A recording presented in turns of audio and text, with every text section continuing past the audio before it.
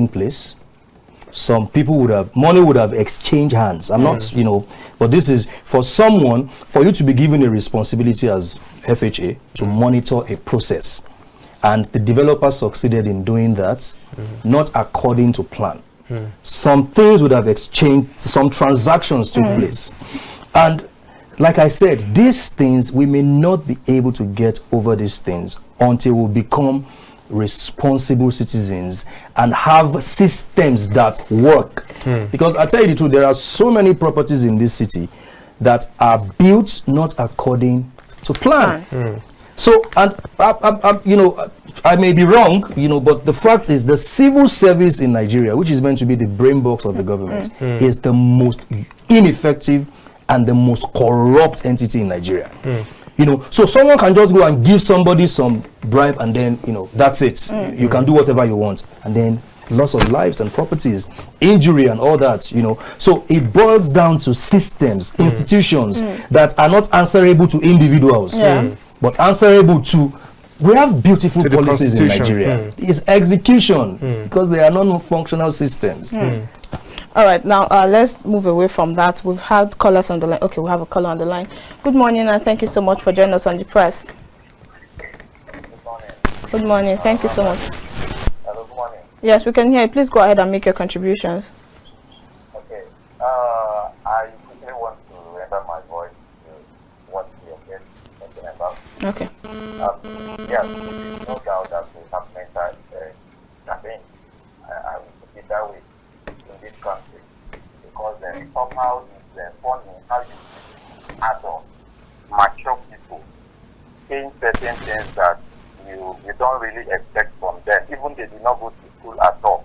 You expect that at their age there are certain things they shouldn't say and there are certain decisions they shouldn't take. But sometimes I also see it as not solely mental challenge. I see it as deliberate action.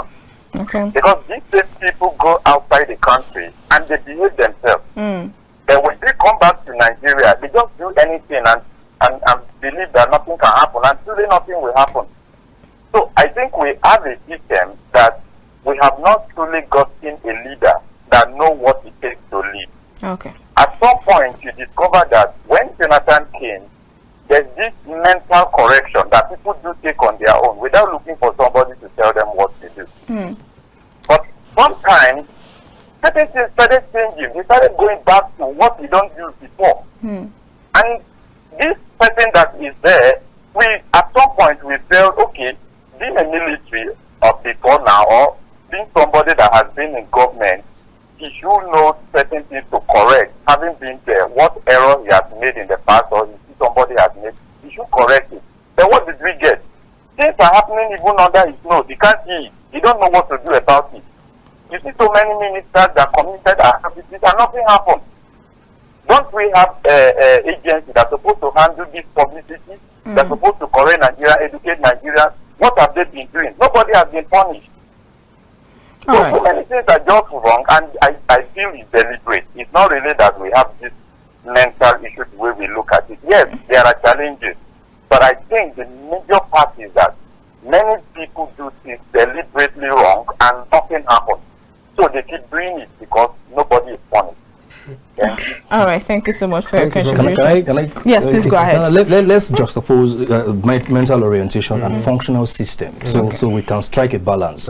Now you go to countries outside Nigeria, advanced countries, and then you have their traffic lights functioning everywhere. Everything is functioning. They don't need one person to tap their finger before something works. So now it is easier, because now it is easier for people to develop a healthy culture that propels the society in the right direction. So mental orientation is essential, but I'm not saying that functional system is also not essential, because human beings are very hard to manage. It is easier. You have seen a picture where a herdsman was carrying rams, and the rams were going through the pedestrian, but human beings were crossing the highway. So human beings are very hard to manage. So as much as we need this mental orientation, we also need to have a functional system.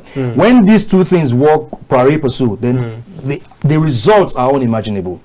But then we've seen situations and places in Nigeria where we have traffic lights that are functional, but then people still cross the light without even, you are seeing it clear that this is red. But for me, I think if I travel to another man's country and nobody tells me, nobody forces me to obey the laid down rules, and I come back to my country and I feel like I can do whatever I like because I'm in my country, then it's, for me, it's the country it has to do with the mindset and the mental issue, because I cannot say, because I'm not, when I'm here I'll do the right thing, and that same right thing that I will do here that will make life seamless here, I will refuse to do it because I feel like I can do it and go scot-free. Exactly. Countries that are working, they have structures that have consequences. So it's not just about there is traffic lights.